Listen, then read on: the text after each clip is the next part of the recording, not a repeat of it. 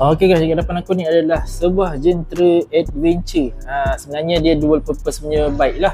Okey, kita boleh main off-road, boleh pergi long distance ride. Ini adalah CF Moto 800 MTX. Kalau kau tengok design dia memang sangat cantik Motor ni bang dikuasakan dengan enjin 799cc, 2 silinder 4-stroke double overhead cam. Okey, dia ada 3 riding mode tau. Okey, ada standard mode, rain mode dan juga off-road. So kalau korang nak pergi main off-road, korang tukar mode lah. Nak pergi long distance ride pun boleh tukar mode lain juga.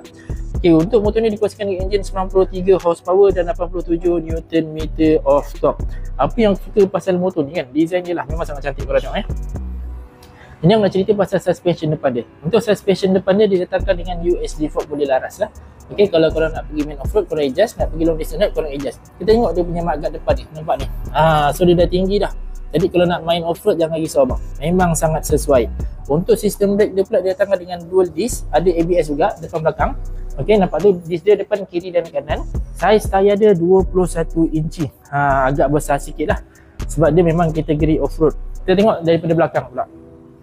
Belakang dia datangkan dengan adjustable monoshock, ada single disc daripada Jejuan dan saiz tayar dia adalah 18 inci.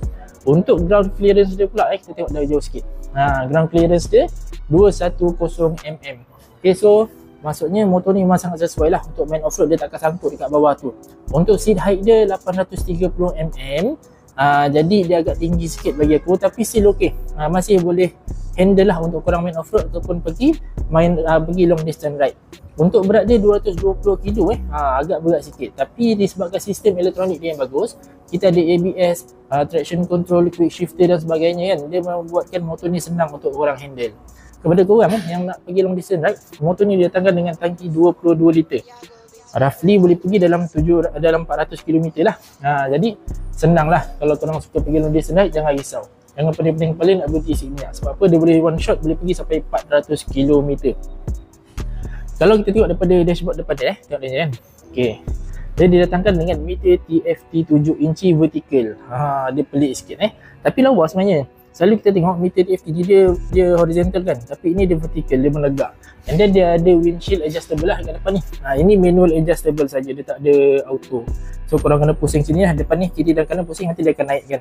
Okey, ini dia paling rendah lah. Ini dia ada 800 MT dan juga 800 MTX tau. 800 MTX ni seat dia ni agak flat. Dia memang orang kata sesuai untuk off-road lah sebenarnya.